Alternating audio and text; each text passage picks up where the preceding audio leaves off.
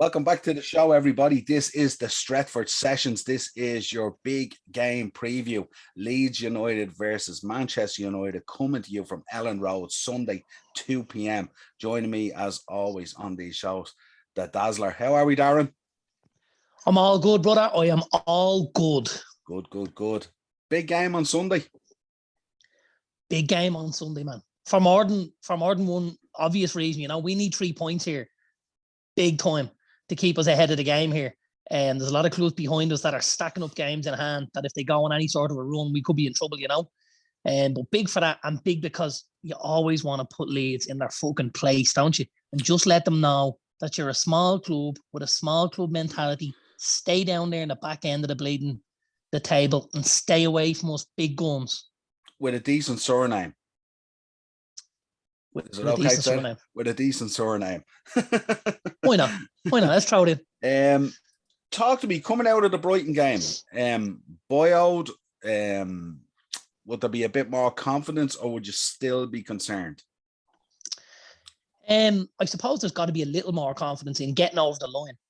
Now, obviously, there's extenuating circumstances to how we got over the line, i.e. the Lewis Dunk sending off. Do we manage to get over the line if Dunk is on the pitch? Maybe we do, maybe we don't. You can't say for sure. I know Brighton caused us trouble even when we went down to 10 men, or when they went down to 10 men. But then towards the end, we were able to pick them off with literally the last move of the game, and Bruno took his goal very, very well. We're looking a lot more solid at the back. I know De Gea made the save from Moder, but other than that, he wasn't overly busy, And again, we're getting control of the ball. We've got the possession stats and stuff like that, which we've been having for weeks and weeks. I still think we're not, A, we're not creating as many chances as we need to create, and B, we're certainly not taking them still. Sanchez made a couple of good saves tonight, but nothing that you wouldn't have expected them to make, if I'm honest, So it's, the glass is half full, let's say. Yeah. It's another big game anyway. And especially with the teams around you in the top 4 race all playing before you. So, yeah, absolutely. Really, really important from that point of view. In terms of news coming out today, which obviously, there's literally stories coming out from United at this stage every day. But the news coming out today is there's been an emergency meeting called between Harry Maguire, Cristiano Ronaldo, and Ralph Rangnick in terms of sorting out the diversion or the division in the locker room, but also in terms of the captaincy. And I believe Harry Maguire came out, he's been quoted as saying that he, he feels a little bit isolated or something like that, or that all the blame is being left at his door, this type of thing. And not to quote him directly, but it seems to be that he was, he's been, to use a better word, kind of being victimised in terms of United's form and stuff like that. Yeah, but I think he's feeling under pressure. And I think the reason he's feeling under pressure is he's miles out of depth. When you put someone into a situation, you're putting them in, and maybe if they haven't been in that situation before, you're going to see whether they sink or swim. I think at the minute, Harry Maguire is sinking in the United jersey and with that captain's armband on him. He's been consistently our worst defender for the last maybe 3 to 4 months. We've had massive issues with him in his performances and in some of the things he's done. Regularly after the game, I look at the 2 centre backs and I think his partner, whoever it be it Boy, be it Lindelof, be it Varane, be it Jones, have all had better games than Maguire. And we've obviously done a little bit in the fullback areas. Dalot was looking much better on that right hand side than Wan-Bissaka ever did, which is great. And Shaw is just about managing to keep Telles out of the team at the minute. So Shaw and Dalot was fine. You pop Varane and De Gea in there. Like you're 4 out of 5 for that, for my money. There's nothing wrong there. It's Maguire. Like we even see what the boy Brozier did to him last Saturday. He destroyed him at times. He had him for pace. He had him for strength. He had him for, work rate, for effort. He had him for wanting more and for being more aggressive, everything. And that's no disrespect to Brozier either, because he's been fantastic all season. Absolutely not. No, but it's you maybe don't expect it off a kid that's on loan from Chelsea at Southampton, who's only 20 years of age, you know, who still is learning his trade. Like Maguire is a seasoned vet, seasoned pro here. You know, other than small glimpses, he shouldn't have huge difficulty with the likes of Broja or anyone else for that matter. Well, if he's an England international, if he's a Man United centre-back, if he's the captain of the club. Yeah. But I mean, all of these things are being undermined at the minute. And I suppose when you've got somebody as big as Ronaldo in there, and, you know, everywhere he's been, he's walked around with the armband on from time to time because people see him like that. They say he sets a standard that others have to live up to. And I suppose like Maguire's obviously feeling the pressure of that as well. So there's a lot going on at the minute. I certainly don't believe everything I hear coming out. You know, I think you've got to maybe sift through and understand that there's possibly issues, all right, but maybe they're not quite what others would want you to believe. You know what I mean? Yeah. Well, there's also been talk. There's been talk coming out this morning as well. Obviously unconfirmed as well, that he's supposed to have been the person who's been leaking the stories to the press that have been coming out over the last few weeks and stuff like that. So I don't know whether that's true or not, but certainly that would be very bad in terms of looking forward into your United career and how you're held in regard there. The other thing I'd mention here as well, even with a guy as young as Broja, a lot of these teams now are doing their homework. And they know that he's the guy to target, because out of all the players at United, he is lacking the most confidence, I would matter, and under the most pressure. And he knows he's in the spotlight on nearly every pass and every tackle. But this is an interesting matchup, this one. Because obviously the game earlier in the season at Old Trafford, you absolutely thumped them up. And they looked like, I think at the time when we did a review of it, we said they looked like a team big time still in pre-season. They never came out of the blocks at all. McTominay was like a dog coming out of the traps, basically. He was unbelievable that day. Yeah. You know, they started off very poor Leeds. I think they've tightened things up an awful lot over recent weeks. I know they're still missing a couple of bodies and stuff like that. Calvin Phillips and a couple of others, Bamford up front and whatever. But they're definitely pulling in a much better direction than they were earlier on the season, you know. Harrison looks better. Rafinha's back to form. You've Dan James. You know, they're looking like a better side, and they're much tighter than they were at the back. You know, they haven't really been slapped up for a few weeks, I don't think, off the top of my head. But yeah, that it's going to be a tough game. Going to Ellen Road as a United team is always tough. You know, there's going to be a lot of venom in those stands. Come Sunday lunchtime, you know, this is a massive rivalry, has been for a long time. You know, like Leeds United fans absolutely hate Man United. To United, it's not as big a deal as it was, because we have bigger rivals than Leeds at the moment. You know, we've got City, we've got Liverpool. You know what I mean? They're our two biggest rivals at the minute, but we are absolutely Leeds' biggest rival. So it is a bigger game for them from that point of view. You know, it's also fair to say this season as well, Ellen Road hasn't been the fortress that we predicted it might be this season going in. No, with the return of fans, we thought it was going to be, you know, but I think at times as well, that's down to, you know, the level of expectancy and maybe the level of pressure that the players are feeling on the pitch, because those fans are there. Maybe when they go away from home, they don't feel it as much, and it's easier to play and stuff like that. Whereas when you're in that cauldron of Ellen Road, it can make it difficult, you know. I see this being a very tough game for us, I have to say. I really do. I think it'll be physical. There'll be, you know, I think we'll see an awful lot of yellows and stuff like that. It'll be dogged. It'll be dug in. But I think in the end, I think we've just got too much quality, you know. And I know for weeks we've been saying that they're due to slap someone up. And we spoke about it on the mashup. I think this is the week, although I think it's a difficult game for us, I think this is the week where we could go bananas and score 3 or 4. Just quickly going back to the captaincy. Is Ronaldo the man to get the captaincy, or are you thinking someone else? I wouldn't give it to Ronaldo if he's the only player going out there, if I'm honest. So I don't think he sets a good tone, you know. And I know people talk about the standards he sets off the pitch and stuff like that. And for a captain, that's superb. But also, when you look at a guy at Ronaldo's age, he's 37 now. He's a seasoned pro. These are the examples you set when you're a seasoned pro, not just when you're a captain. You know, I would be looking at teams and I would regularly say, I want the captain's armband on a leader, and I want it on somebody who I know is going to show up every single week and be there. You know what I mean? And for quite a while, I've been looking around the league at other clubs who seem to name captains who are in and out of their team. Like even your own side, Liverpool, you know, like I know Jordan Henderson is club captain. How is that not Virgil van Dijk? How has somebody not said Virgil needs to take this full time now? Because Hendo's in and out of the team, you know, and you can't necessarily be that voice all the time when you're not there. You know what I mean?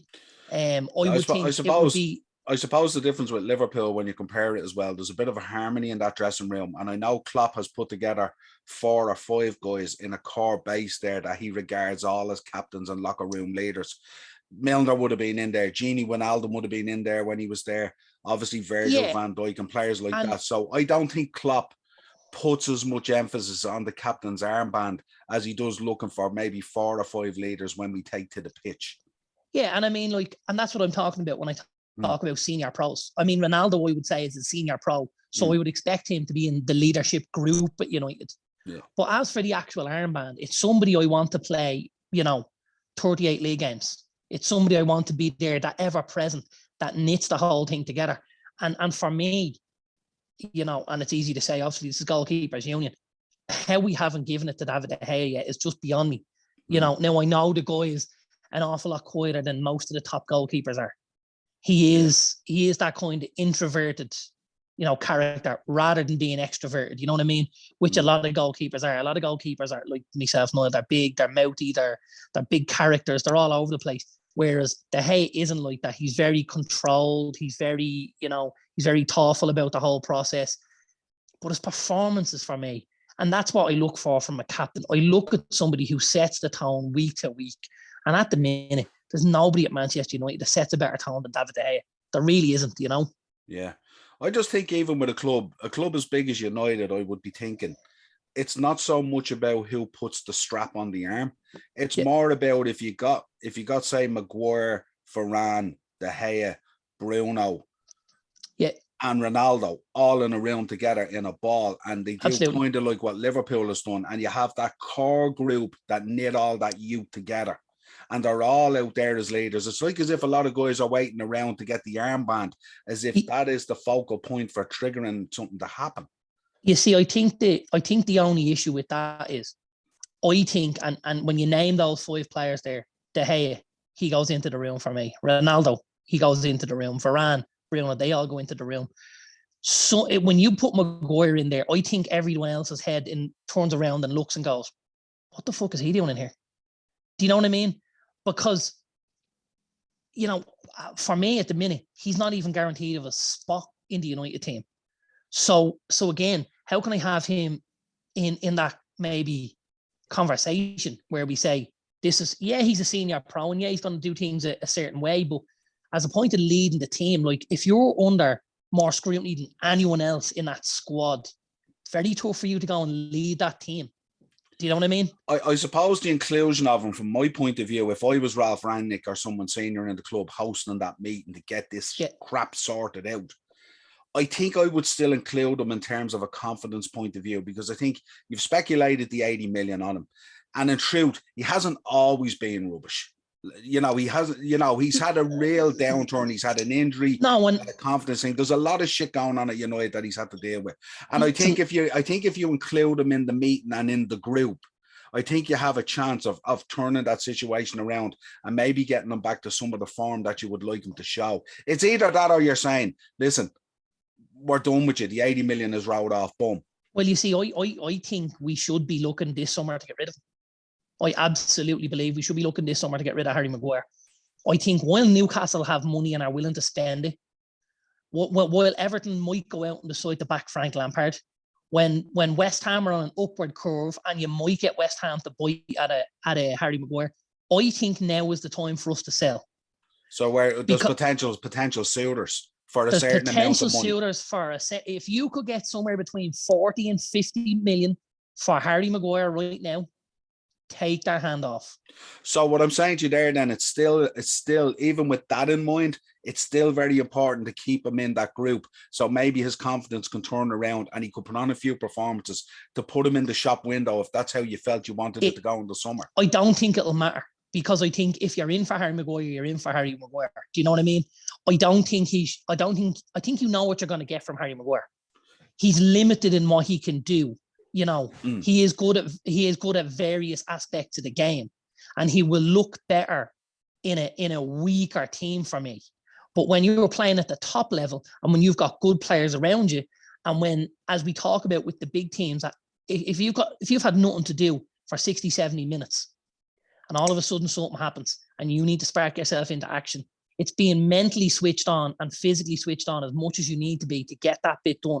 That, like, we see that with Liverpool all the time. Yeah, you Van know, Dijk hasn't had a kick, right? Yeah. Aymeric Laporte, the boy Diaz. Yeah. You know, some of these lads don't have a kick for. It's that one moment when you have one to show moment, up. Yeah. And that's the one moment where Harry's not showing up right now. And it's those moments. It's when he goes down the side with Brozier the other day, and Brozier stops and turns him inside out, and we're watching these memes with the Titanic music on in the background while he's trying to turn around. Yeah. Like, that can't be happening at a top level club like United. If we want to be in for Premier Leagues, if we want to be in for Champions Leagues, FA Cups, if we want to be in for silverware, Harry Maguire is not going to cut the mustard for us. That's just not going to work. We go with Varane. We know how good Varane has been. He's been arguably the best centre half every time he's played we've had, you know? So if we put Varane in there and we get him a partner and we say, listen, here's your partner. There's massive talk of the boy. I'm going to butcher his name now. Aranju from Barcelona. He only has 18 months left on the deal, and he's not going to sign the new deal. Apparently, he's told him he's not signing. He's Uruguayan. He's very, very athletic. He's a top centre half, this kid. It could be very, very good. He's athletic. He's strong. He's physical. He's in that kind of Nemanja Matic role. You know, that kind of a fella. I want to go and head every ball. He's in that, but he's far more athletic than Maguire. And I think if you put him alongside with a considered player like Varane, who can take a touch of the ball, who can marshal that centre back, you know what I mean, talk to him, I think that's ideal. I think the problem with the pairing at the minute is you've got one guy like Varane who can do that, and you've got Maguire who probably wants to try and do that role, but maybe can't because he's not as good as Varane, and then he doesn't have someone to go and win the headers from the way he would want, to let him sit back behind a little bit. You know what I mean? I think you'd almost see, you know, Varane take that Ferdinand role, which was the sweeper role, and let somebody younger, a little more athletic, go out in front, try and do all the hard stuff, and him just sitting behind and mop it up. And I mean, that's what happens at Liverpool. Yeah, you know, that bit of in-game coaching. Do you know what I mean? On the pitch. And that's all it is. And we know, like, Varane has that. We know he can bring that. And I suppose bringing Varane in as well is a huge feather in your cap as well, because there's a lot of good defenders out there that are available at the right money, and they would see it as a great opportunity to go in and be playing against a guy of the ilk of Varane, as opposed to if you didn't have Varane and you were going into play of the ilk of Maguire. You know what I mean? Well, you know, if you're signing at United and we don't have Varane and you're going to play next to Maguire, you know how difficult that's going to be. We've talked about that left back slot quite a lot at United, and how difficult it's been for Telles and for Shaw. And the reason being it's so difficult is the guy inside them is Harry Maguire. Yeah, so you have a lot of guys at the moment that are operating on the fear of double jobbing at times. Absolutely, and it's affecting their own performances. If we could get, you know, if you're talking about going to Barcelona with 18 months left and saying, listen, we want this kid. In 18 months, he walks for free. He's not signing a new deal. There's 20, 30, let's say 30 million on the table. If we get him in and we can get the same 30 million out as what we got for Maguire, we're in a better spot. Like a break even on that deal, even though you'll drop the money from the original fee. But look. Yeah, but you're dropping the money anyway, because you drop money when you buy a player either way. You know what I mean? Unless they're young, the value always depreciates. Yeah, the question is whether the write-off is 50 or whether the write-off is 80.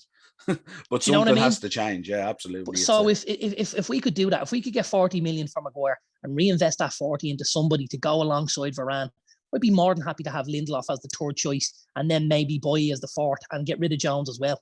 Or even have Tuanzebe come back if he's going to play, and have Tuanzebe and Lindelof backing up the likes of Varane +1.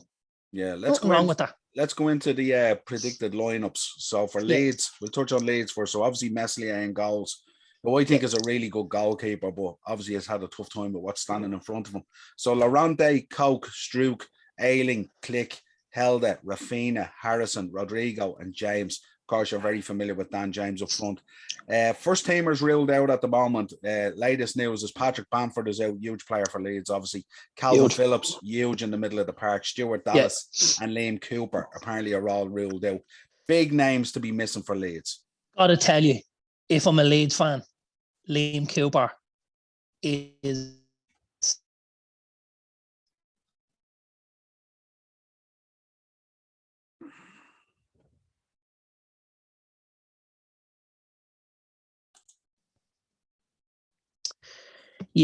Cooper was a massive reason why Leeds are getting absolutely torn asunder in the early weeks of the season. I can't believe, if I'm honest, that he was starting week to week ahead of some of these lads. And I think now that they've had runs in the team, he's going to find it very, very difficult getting back in there. I 100% believe he'll end up taking the drop down to the Championship come the summertime when everybody's back fit and he realises he's third or fourth down the pecking order. And at his age, he needs games. So, I mean, he'll be out the door for me. I think that's not a bad miss for Leeds, although I understand the Phillips and the Bamfords, Yeah, the danger, I suppose, is coming from Harrison, Rodrigo, and James, isn't it? Rafinha's in there as well, but he's been a little bit off the boil, hasn't he? Yeah, but I wouldn't let that worry me, because you know how good he can be. And on a day like Sunday against United, that's when he'll show up. Raise their games against the likes of you, yeah. Absolutely, yeah. Let's look at the United predicted lineup. So you have De Gea, Dalot, Varane, Lindelof, Telles, McTominay, Pogba, Bruno, Sancho, Rashford, Ronaldo. Missing at the moment or doubtful with injury, Edson Cavani and Nemanja Matic. Yeah, well, he'll start Maguire and Varane, I imagine. I don't think Lindelof will start. Lindelof only started the other night because Varane went ill. So I'd imagine it'll be Maguire and Varane. And I think he'll start Shaw instead of Telles as well, if I'm honest. Listen, it'll be back to McTominay and Pogba and Bruno, hopefully, because I felt like we really, really missed Pogba when he didn't start the other night. I felt like when we started to get control of the game, it was when Pogba came on. Now, I know it's later on in the game, but I feel like, Pogba has to start for us. I know he's probably managing him coming back from the injury and stuff like that, but Pogba absolutely has to start for us. I think we'll see Rashford. Sancho again has been our best player, our best outfield player over the last 6 games. Maybe he's been very, very good. Really starting to look like that kid that paid all that money for. He's getting on the ball much more often, and every time he gets on it, he's creating something. And if he's not creating a goal or an assist, he's creating a little bit of havoc, which is helping get our foot in that door and crowbar that door open so we can get goals later on, Yeah, what you're making on Rashford at the moment? I mean, he's been very poor, hasn't he? Very poor. Very, very poor. He's shown me little moments, but I know he's very, very close to Mason Greenwood. And I would imagine the Greenwood thing is affecting him. Hasn't an effect on him, yeah. Absolutely. I have to think that. Yeah. Because he doesn't look like a guy whose head is in the game. He doesn't look like a guy who knows what he's trying. You know what I mean? He looks a bit all over the place. And again, Ralph obviously saw that as well, because against Brighton we started with Elanga, and Elanga was involved in the dunk sending off and stuff like that. We may see Elanga start again this weekend with Sancho and Ronaldo. Yeah. That could be up to 3 changes from what you called out there, Yeah, you mentioned that you think Maguire will probably start. What has been your making of the treatment of Lindelof? I mean, obviously, before all the stuff happened, all the domestic stuff happened with the break-in and the robbery and the stuff he had to deal with now, which is horrific. He was doing really well and forming a nice little partnership there with Varane, wasn't he? And then he went out and he had to take a couple of weeks off because of what happened. And then he came back in straight onto the bench, not getting a look in. But he had gone out of the team because of something that was totally out of his control. Well, he went off in the game against Norwich with the chest pains and stuff. Remember the breathing issues he had? Yeah. So he didn't make it back from that initially. So I would say they're just having a look at him while he's coming back to full fitness as well. Yeah. And again, this is the issue I said to you about having the armband. Like having that armband on you, I think it makes Maguire a little bit more difficult to drop than if he doesn't have the armband. Yeah. I think if you lash the armband on De Gea, you're more likely to say, Harry, take a seat there, because he's only another player. Whereas when he's the captain, that's a much bigger deal to drop your captain from the game. So that's another reason why I think he shouldn't have the armband on. I'd absolutely be fine going with Lindelof and Varane, I have to say. More than okay with that. Yeah. And in terms of Ralph, I could really be controversial and say I'd be much happier with Varane and Phil Jones than Harry Maguire. How about that one? Absolutely, yeah. Look, last time we seen it wasn't too bad at all, was it? No, it wasn't. In terms of Dan James, the danger that he possesses against you, I mean, obviously you're very familiar with him, ex-player there and stuff like that. Yeah. He could provide a little bit of danger out there on the wing, couldn't he? Absolutely. His pace could hurt lots of teams. I suppose if he can get, they're going to try and get him through the middle. I'd imagine they're going to try and get him alongside Maguire if they can. And pick up the ball and run at him. And say, pick up the ball and go at him, get it past him, put it through his legs, get it round him. Force him to make a decision. Force him to do something stupid. Yeah. And if we can get this big stocking sent off, it's going to make the day a lot easier for us when they're down to 10, when we're down to 10 men, you know what I mean? But listen, you've got Rafinha that can do that as well. You've got Jack Harrison that can do that. You've got the boy Rodrigo that plays in the 10. There's a lot of those quick, nippy, technical players at Leeds. I suppose from a United point of view, it'll be getting control of that midfield where you don't have a Calvin Phillips. This is the opportunity for McTominay, for Bruno, and for Pogba to go and stamp their authority on this and not allow those 3 or 4 guys to get involved in the game as much, because we retain the possession better. That for me would be how we kind of counteract what they're going to try and do, is hold the ball. Now, we know Ralph necessarily holding the ball isn't his priority. His priority is playing the game higher up the pitch. It's a more territorial game and a press from there.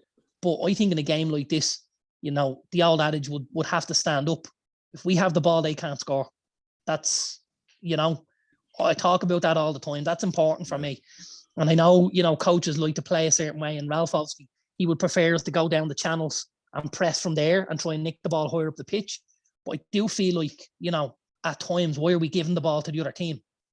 There's probably a case for both, but at times, when you need to take a sting out of a game, retention. It's okay to play the ball sideways, play it backwards if you're 1 or 2-0 up and you can keep the ball ticking over and keep control of it. Yeah. Because then as they come onto you, that's when you'll find the space down the sides, and that's when you'll get room in behind to get the likes of the Rashfords, the Sanchos, the Ronaldos onto a ball and maybe get them to finish something for you, Yeah, strong passing and possession will be key in this, I think. Absolutely. I don't think it's a case of forcing your will on Leeds. I think it's more a case of being patient and holding onto the ball and not trying the silly things that giving up possession too easy and stuff like that. I think exactly. Yeah. In terms of the betting, I had a look at the betting. Leeds are 14-5, so basically 3-1. 3-1. Yeah. It's 11-4 for the draw and 20-23 for United. So United are absolutely clear favourites and no surprise at all. Give me a prediction then. We'll finish up with a quick prediction. Yeah. I have to just keep going with what I said all week. Every time we spoke this week, I said the same thing. I feel like this is going to be the one where we slap someone up. I'm going to say 4-1 United. 4-1. I could look very, very silly come Monday evening, by the way, when we come to the mashup. So that is putting my neck on the line, especially considering the some of the performances we've seen lately. But I'm taking out of them some of the best parts, and I'm kind of think this could be really, really good if it all knits together, Yeah, well, the thing about it is you're creating the chances and they aren't. So that's the thing. It's a case of putting them away. And listen, if you look at those 2 starting 11s, there should only be one winner of this game. Yeah, absolutely. And I'm talking all over the pitch. Everywhere. I'm going to go 3-2. I'm going to think a high scoring game, but I think United are going to shade it. I think United will win 3-2. Man United, that is. So that's what I'm going to go with for this one. Well, listen, pleasure having you on. As always, head over to YouTube, the Upper Tier Podcast. Let us know your predictions down in the comments. Let us know what you think about match selections and all the other stuff that's going on with Harry Maguire and stuff like that. Just as I left the mascot out the door there, Coda, wearing his lovely Liverpool jumper today. But we are on a United preview. So, yeah, absolutely. If you want to email us, the Upper Tier Podcast at gmail.com. You'll get us on Facebook and Instagram, the Upper Tier, Spotify, Google Podcasts, and Amazon Music for audio versions of the show. And of course, we'll drop a little clip out there, teaser on TikTok for all you fans. My friend, till next time, a pleasure. I salute you, sir.